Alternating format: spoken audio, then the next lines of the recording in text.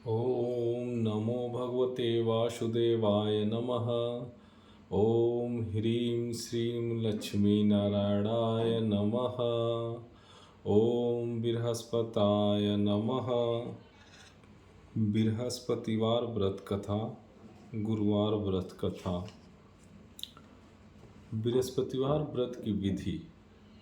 इस दिन बृहस्पतिश्वर महादेव जी की पूजा होती है। दिन में एक ही समय भोजन करें, पीले वस्त्र धारण करें, पीले पुष्पों को धारण करें। भोजन भी चने का दाल का होना चाहिए।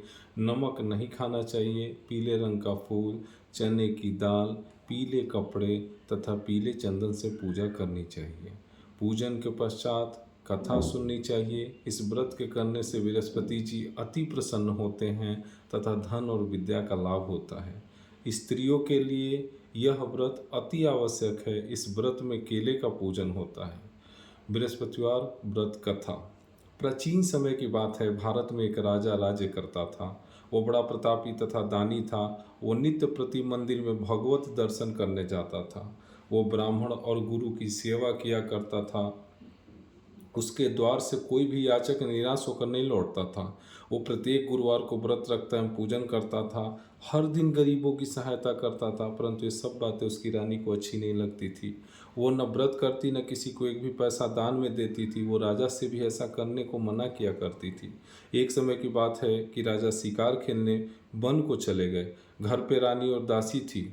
उस समय गुरु बृहस्पति साधु का रूप धारण कर राजा के दरवाजे पर भिक्षा मांगने आए। साधु ने रानी से भिक्षा मांगी तो वो कहने लगी, हे साधु महाराज, मैं इस दान और पुण्य से तंग आ गई हूँ। इस कार्य के लिए तो मेरे पतिदेव ही बहुत हैं। अब आप ऐसी कृपा करें कि सारा धन नष्ट हो जाए तथा मैं आराम से रह सकूं। साधु रूपी बृहस्पति ने कहा, हे देवी, तुम बड़ी विचित्र हो। संतान और धन से कोई दुखी नहीं होता, इसको सभी चाहते हैं। पापी भी पुत्र और धन की इच्छा करता है। अगर तुम्हारे पास धन अधिक है तो भूखे मनुष्यों को भोजन कराओ, प्याऊ लगवाओ, ब्राह्मणों को दान दो, धर्मशालाएं बनवाओ, कुआं, तालाब, बावड़ी, बाग बगीचे आदि का निर्माण कराओ तथा निर्धनों की कुंवारी कन्याओं का विवाह कराओ। साथ ही यज्ञ आदि करो। इस प्रकार के कर्मों से आपका कुल और आपका नाम परलोक में भी सार्थक होगा एवं तुम्हें भी स्वर्ग की प्राप्ति होगी। परंतु रानी साधु के इन बातों से खुश नहीं हुई। उसने कहा, हे साधु महाराज, मुझे ऐसे धन की आवश्यकता नहीं जिसको मैं अन्य लोगों को दान देतू फिरूं तथा जिसको रखने और संभालने में ही मेरा सारा समय नष्ट हो जाए। साधु ने कहा, हे देवी, यदि तुम्हारी ऐसी इच्छा है तो जैसा मैं तुम्हें बताता हूँ तुम वैसा ही करना। बृहस्पतिवार के दिन घर आंगन को गोबर से लिपना, अपने केसों को पीली मिट्टी से धोना, केसों को धोते समय स्नान करना, राजा से कहना वह हजामत करवाए, भोजन में मांस, मदिरा, खाना, कपड़े धोबी के हैं धुलने देना। इस प्रकार 7 बृहस्पतिवार करने से तुम्हारा सारा धन नष्ट हो जाएगा। यह कहकर साधु महाराज रूपी बृहस्पति देव अंतर्धान हो गए। रानी ने साधु के कहने के अनुसार 7 बृहस्पतिवार तक वैसा ही करने का विचार किया। साधु के बताए अनुसार कार्य करते हुए केवल 3 बृहस्पतिवार ही बीते थे कि उसकी समस्त धन संपत्ति नष्ट हो गई। भोजन के लिए दोनों समय परिवार तरसने लगा तथा सांसारिक भोगों से दुखी रहने लगा।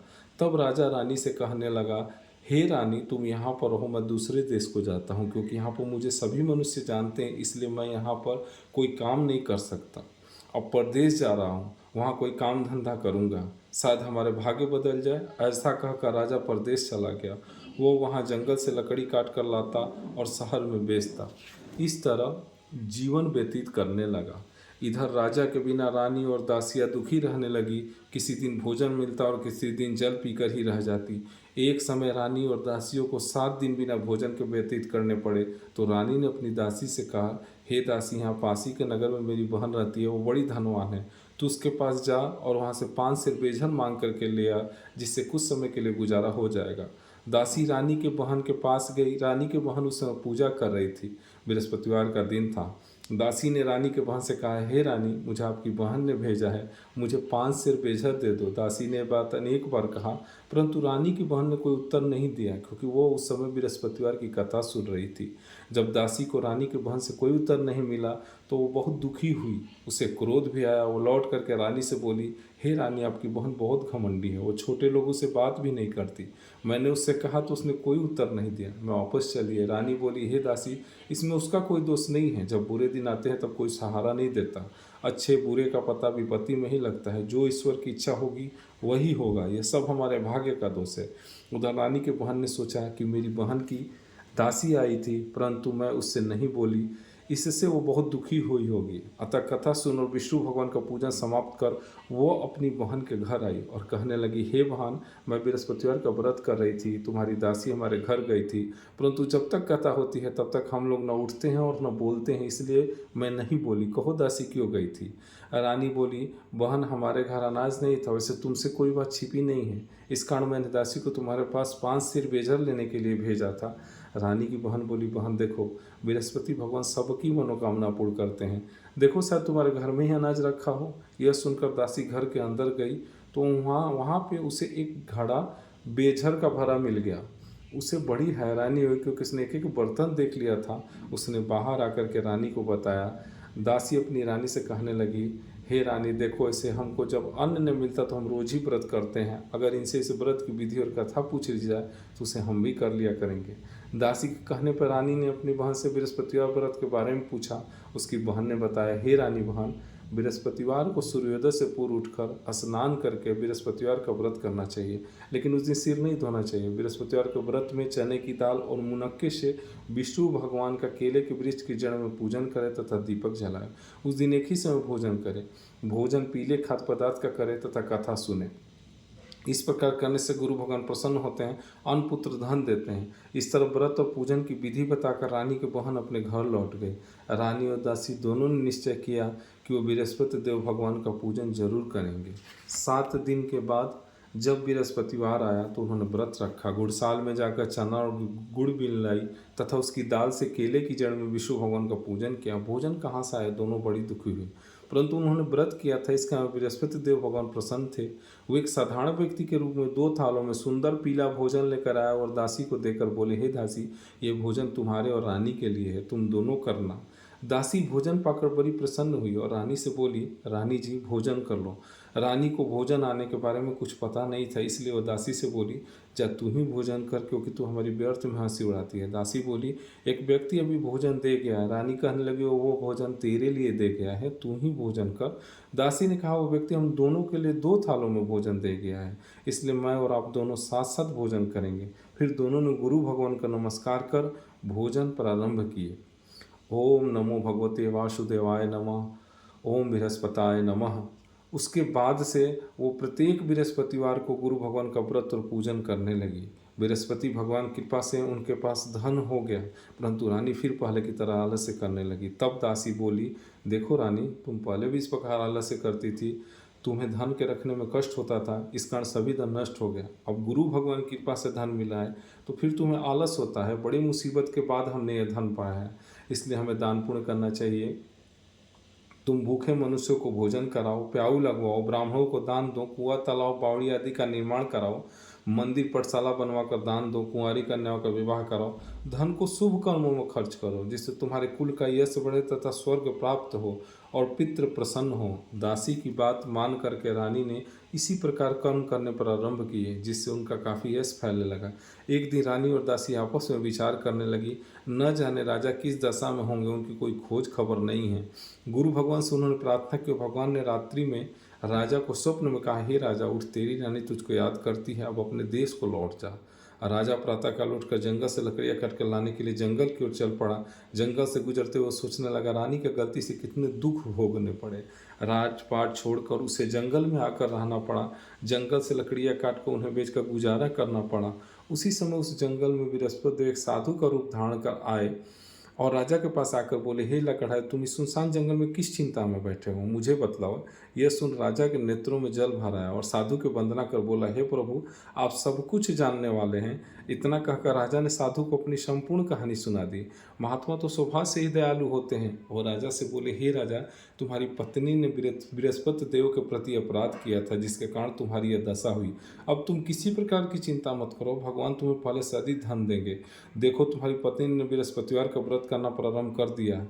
अब तुम भी बृहस्पतिवार का व्रत करके चने की दाल गुड़ और जल के लोटे में डालकर केले के पत्ते से भगवान विष्णु का पूजन करो, फिर कथा कहो या सुनो, भगवान तुम्हारी सब कामनाओं को पूर्ण करेंगे।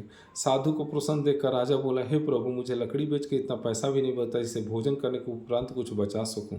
मैंने रात्रि में अपने रानी को व्याकुल देखा, मेरे पास कोई साधन नहीं है जिससे समाचार जान सकूं। फिर मैं बृहस्पति की कौन सी कहानी कहूँ या सुनूं, मुझको तो कुछ भी मालूम नहीं।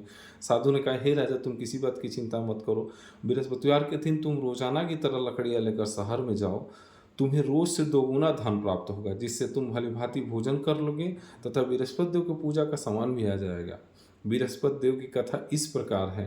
ओम नमो भगवते वासुदेवाय नमः। ओम बृहस्पताय नमः। ओम ह्रीं श्रीं लक्ष्मी नारायणाय नमः। बृहस्पतिवार की कथा। प्राचीन काल में एक बहुत ही निर्धन ब्राह्मण था, उसका कोई संतान नहीं था। वो नित्य पूजा पाठ करता, परंतु उसकी स्त्री बहुत मलिनता के साथ रहती, न स्नान करती, न किसी देवता का पूजन करती। प्रातः काल उठते ही सर्वप्रथम भोजन करती, बाद में कोई अन्य कार्य करती। ब्राह्मण देवता बहुत दुखी रहते थे, पत्नी को बहुत समझाते, किंतु उसका कोई परिणाम न निकलता। भगवान के अनुकंपा से एक समय उस ब्राह्मण की पत्नी गर्भवती हुई और 10वें महीने एक सुंदर कन्या को जन्म दिया। निर्धन ब्राह्मण कन्या के जन्म से बहुत दुखी हुआ। धीरे धीरे ब्राह्मण की कन्या बड़ी होने लगी। बचपन से उस कन्या की रुचि भगवान विष्णु के पूजा में थी। वो प्रातः उठते ही स्नान आदि करके भगवान विष्णु की पूजा करने मंदिर में जाती थी। बृहस्पतिवार को व्रत करके विधिवत पूजा पाठ करती थी। पूजा पाठ के बाद वो पढ़ने के लिए पाठशाला में जाती थी। घर से चलते हुए वो मुट्ठी भर जौ साथ लेकर जाती और पाठशाला के रास्ते में थोड़े थोड़े जौ गिराती जाती थी। जब वो पाठशाला से घर लौटती तो जौ के वो दाने सोने में बदले हुए मिलते थे। लड़की सभी सोने के दाने बीन लाती थी। एक दिन जब वो सोने के दानों को साफ कर रही थी तो उसकी माँ ने कहा, बेटी, सोने के दाने साफ करने के लिए सोने का सूप भी होना चाहिए। अगले दिन बृहस्पतिवार था। उसने भगवान बृहस्पति देव की पूजा करते हुए प्रार्थना की, हे भगवान, यदि मैंने आपका व्रत विधिवत किया हो तो मुझे सोने का सूप दे दो। भगवान बृहस्पति देव ने उसकी मनोकामना पूरी करने का वचन दिया। पाठशाला से लौटते समय उसे रास्ते में सोने का सूप पड़ा हुआ मिला। घर लौट करके सोने का सूप अपनी माँ को दिखाकर वो सोने के दाने साफ करने लगी। उसी समय नगर का राजकुमार उसके घर के पास से गुजरा। उस सुंदर लड़की को सोने के सूप में जौ साफ करते देख राजकुमार मोहित हो गया। महल में लौट करके राजकुमार ने राजा से उस लड़की से विवाह करने की इच्छा प्रकट की। तो राजा ने ब्राह्मण को महल में बुलाकर राजकुमार से उसकी लड़की की विवाह की बात कही। ब्राह्मण तैयार हो गया। धूमधाम से उस लड़की का विवाह राजकुमार से हो गया। दुल्हन बनकर ब्राह्मण की लड़की महल में चली गई। लड़की के चले जाने से ब्राह्मण फिर निधन हो गया। उसे कई कई दिन भोजन भी नहीं मिलता था। बहुत दुखी होकर ब्राह्मण एक दिन अपनी लड़की के पास गया। अपने पिता से निर्धनता का समाचार सुनकर उसे बहुत सा धन देकर पिता को विदा किया। उस धन से ब्राह्मण के कुछ दिन तो आराम से गुजर गए, लेकिन जल्दी ही फिर भूखों मरने की हालत हो गई। ब्राह्मण अपनी लड़की से धन लेने के लिए फिर महल में पहुंचा तो लड़की ने पिता की बुरी हालत देखकर कहा, पिताजी, आखिर आप कब तक मुझसे धन लेकर जीवन यापन करेंगे? आप कोई ऐसा उपाय क्यों नहीं करते जिससे आपका घर धन संपत्ति से भर जाए? ओम नमो भगवते वासुदेवाय नमः।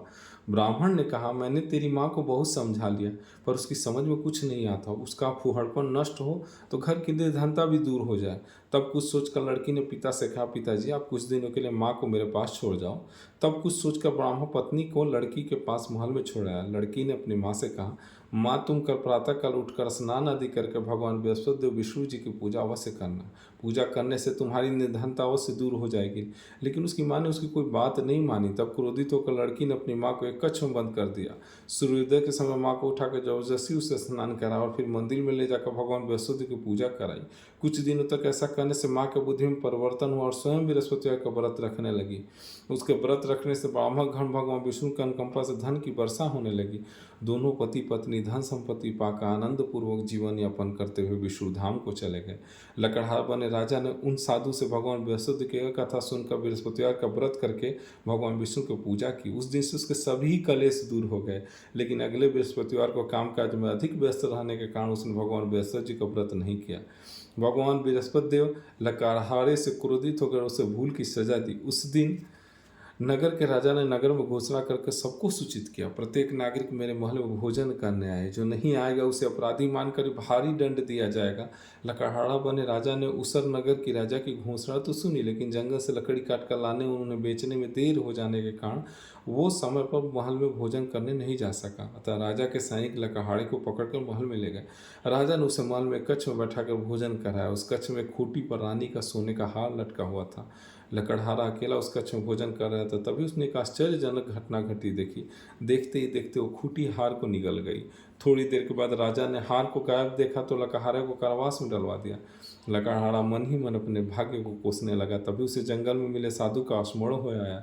थोड़ी देर में भगवान बृहस्पति सन्यासी के रूप में उसके सामने प्रकट हुए और कहा, हे लकड़े, तूने भगवान बृहस्पति की पूजा नहीं की, इसी कारण तुम्हें कष्ट हुआ है। लेकिन अब चिंता मत करो, बृहस्पतिवार के दिन कारागार के दरवाजे पर तुम्हें कुछ पैसे पड़े हुए मिलेंगे। उन पैसों से भगवान बृहस्पति का व्रत करके उनका पूजा करोगे तो तुम्हारे सब दुख नष्ट हो जाएंगे। बृहस्पतिवार के दिन दरवाजे पर पड़े मिले पैसों से चने और गुड़ मंगा कर लकड़हारे ने बृहस्पतिवार की कथा कही। तो भगवान बृहस्पति ने प्रसन्न होकर उस नगर के राजा को स्वप्न में लकड़हारे को कारागार से मुक्त करने को कहा। सुबह राजा ने अपने कक्ष में आकर देखा तो खूंटी पर रानी का हार टंगा हुआ था। राजा ने लकड़हारे को मुक्त कर दिया और उसे धन और आभूषण देकर विदा किया। लकड़हारा बना राजा उस नगर से चलकर अपने नगर में पहुंचा तो उस नगर में कुएं, धर्मशाला, बाग बगीचे देखकर बहुत प्रसन्न हुआ। राजा ने किसी से पूछा, ये कुएं, धर्मशालाएं किसने बनवाई है? सबने उसे बताया कि सब रानी और उसकी दासी ने बनवाए हैं। राजा महल में पहुंचा तो रानी ने उसका भव्य स्वागत किया। तब राजा निश्चय किया, सप्ताह में एक बार तो सभी बृहस्पति का व्रत तथा पूजन करते हैं, परंतु मैं प्रतिदिन व्रत किया करूँगा तथा दिन में 3 बार कथा कहा करूँगा। अब राजा हर समय दुसाले में चने की दाल बांधे रहता तथा दिन में 3 बार बृहस्पति की कथा कहता। कुछ दिनों के बाद राजा को अपनी बहन की याद आई। एक दिन घोड़े पर सवार होकर के राजा अपनी बहन से मिलने चल दिया। अभी राजा नगर के बाहर पहुंचा ही था कि उसने कुछ लोगों को 100 को ले जाते हुए देखा। राजा को स्मरण हो आया कि आज उसने किसी को भी बृहस्पतिवार की व्रत कथा नहीं सुनाई है। राजा ने उन लोगों को रोक कर कहा, भाई वो 100 ले जाने से पहले मुझसे बृहस्पतिवार की कथा सुन लो। लोगों ने राजा को क्रोधित होते हुए कहा, तुम पागल तो नहीं हो? लेकिन कुछ बड़े बूढ़े लोगों ने कहा, अच्छा भाई, साथ में चलते चलते तुम अपनी कथा भी सुना लो। राजा ने चलते हुए आधी कथा सुनाई थी कि 100 हिलने लगा। राजा के पूरी कथा सुनाते ही 100 उठकर बैठ गया। लोगों ने हैरानी से दांतों तले उंगली दबाई और अगले बृहस्पतिवार से भगवान बृहस्पति को व्रत करने व कथा सुनने का निश्चय कर लिया। ओम नमो भगवते वासुदेवाय नमः। ओम बृहस्पताय नमः। अब घोड़े पर सवार राजा चलते हुए एक किसान के पास पहुंचा। किसान अपने खेत में हल चला रहा था। राजा ने कहा, अरे भाई, मुझसे बृहस्पतिवार की कथा सुन लो। किसान झुंझला कर बोला, अरे भाई, देख नहीं रही, जितनी देर तक तुम्हारी कथा सुनूंगा उतनी देर में तो पूरे खेत में हल चला लूंगा। राजा निराश होकर चलने लगा। तभी किसान के बैल लड़खड़ा के जमीन पे जा गिरे। किसान के पेट में भी जोरों का दर्द होने लगा। उस किसान की पत्नी जब खाना लेकर आई तो उसने किसान से इस बारे में पूछा। किसान ने घुड़सवार की पूरी कहानी सुनाई। किसान की पत्नी दौड़ते हुए राजा के पास पहुंचकर हाथ जोड़कर बोली, भैया, मैं तुम्हारी कथा सुनने को तैयार हूँ। राजा ने उसके साथ खेत पर पहुंचकर बृहस्पतिवार कथा सुनाई। तभी बैल उठ करके खड़े होकर किसान के पेट का दर्द भी तुरंत ठीक हो गया। राजा अपनी बहन के घर पहुंचा तो उसकी बहुत आवभगत हुई। अगले दिन सुबह उठकर राजा ने देखा घर के सभी लोग भोजन कर रहे हैं। किसी भूखे को बृहस्पतिवार कथा सुनाए बिना राजा भोजन नहीं करता था। उसने बहन से कहा, बहन, क्या घर में कोई ऐसा व्यक्ति हो जिसने अभी तक भोजन न किया हो? उसकी बहन बोली, भैया, हमारे घर में तो क्या पूरे को नगर में कोई ऐसा व्यक्ति नहीं मिलेगा जिसने सुबह सुबह भोजन नहीं किया हो। तब राजा ने बहन के घर से निकलकर उस नगर में बिना भोजन किए व्यक्ति की तलाश की। एक गडेरिए के घर में उसका बेटा बीमार होने के कारण भूखा रह गया था। राजा ने उसको जाकर बृहस्पतिवार कथा सुनाई। कथा सुनते सुनते गणिये का बीमार बेटा बिल्कुल ठीक हो गया। सबने राजा की बहुत प्रशंसा की। एक दिन राजा ने अपनी बहन से कहा, बहन, अब हम अपने घर जाना चाहते हैं, तुम भी हमारे साथ चलो, कुछ दिन वहाँ रह करके लौट आना। राजा की बहन ने अपनी सास से पूछा तो सास ने ताने देते हुए कहा, बहू, मायके जाना हो तो अकेली जाना, मेरे पोतों को नहीं ले जाना। तुम्हारे भाई का कोई संतान नहीं है, कहीं तुम्हारी भाभी मेरे पोतों पर कोई जादू टोना न कर दे। दूसरे कक्ष में बहन की सास की बातें सुनकर राजा दुखी मन से अकेला ही अपने नगर को लौट गया। रानी ने राजा से कहा, आप तो अपनी बहन को साथ लाने की बात कह कर गए थे, फिर बहन को साथ क्यों नहीं लाए? तब राजा ने दुखी होते कहा, रानी, हम निसंतान है, इसलिए कोई हमारे घर आना पसंद नहीं करता। रानी ने राजा को समझाया, हे प्राणानाथ, हमें बृहस्पति देव ने सब कुछ दिया है, अब भगवान बृहस्पति देव हमें संतान भी अवश्य देंगे। बृहस्पतिवार को विधिवत व्रत करते हुए राजा रानी ने भगवान बृहस्पति देव से संतान के लिए प्रार्थना की। कुछ दिनों के बाद उन्होंने स्वप्न में दर्शन देते हुए कहा, हे राजन, तेरी मनोकामना अवश्य पूरी होगी। एक सप्ताह बाद ही रानी गर्भवती हुई। 10वें महीने रानी ने एक सुंदर पुत्र को जन्म दिया। राजा रानी जीवन प्रयत्न बृहस्पतिवार का व्रत करते रहे। उनके घर में धन की वर्षा होती रही। इस तरह आनंद पूर्वक जीवन यापन करते हुए राजा रानी भगवान बृहस्पति के अनुकंपा से मोक्ष को प्राप्त करके सीधे वैकुंठ धाम पहुँच गए। बृहस्पतिवार को विधिवत व्रत करके जो स्त्री पुरुष भगवान विष्णु की पूजा करते हैं, भगवान उनकी सभी मनोकामनाएं पूरी करते हैं। इति श्री बृहस्पतिवार व्रत कथा। ओम नमो भगवते वासुदेवाय नमः। ओम बृहस्पताय नमः। ओम ह्रीं श्रीं लक्ष्मी नारायणाय नमः। आरती बृहस्पति देव की। ओम जय बृहस्पति देव, ओम जय बृहस्पति देवा। छिन छिन भोग लगाऊं कदली फल मेवा। ओम जय बृहस्पति देवा। तुम पूर्ण परमात्मा, तुम अंतर्यामी, जगत पिता जगदीश्वर, तुम सबके स्वामी। ओम जय बृहस्पति देवा। चरण मृत निज निर्मल सब पातक हरता, सकल मनोरथ दायक कृपा करो भरता। तन मन धन अर्पण कर जो जन शरण पड़े, प्रभु प्रकट होकर आकर द्वार खड़े। दीन दयाल दयानिधि भक्तन हितकारी, पाप दोष सब हरता भव बंधन हारी। सकल मनोरथ दायक सब संचय हारी, विषय विकार मिटाओ संतन सुखकारी। जो कोई आरती तेरी प्रेम सहित गावे, ज्येष्ठानंद आनंदन सो निश्चय पावे। ओम जय बृहस्पति देवा। आरती जगदीश जी की।